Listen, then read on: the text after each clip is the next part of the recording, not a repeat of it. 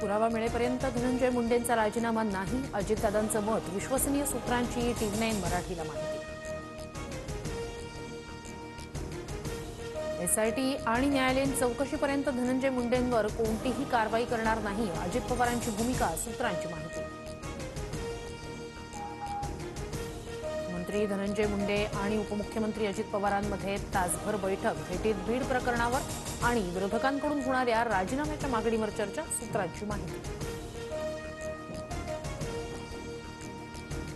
माझ्या राजीनाम्याबाबत चर्चा नाही, अजितदादांसोबतच्या बैठकीवर धनंजय मुंडेंचं स्पष्टीकरण. माझ्या विभागातील कामांसंदर्भात चर्चा. नववर्षाच्या शुभेच्छा दिल्या, मुंडेंची प्रतिक्रिया. खंडणीसाठी मंत्री धनंजय मुंडेंच्या सातपुडा बंगल्यावर बैठक. मुंडेंनी 3 कोटींची खंडणी मागितली. बैठकीत वाल्मिक कराड, नितीन बिक्कड उपस्थित. TV9 मराठीच्या मुलाखतीत भाजप आमदार सुरेश धस यांचे स्फोटक आरोप. माझ्यावर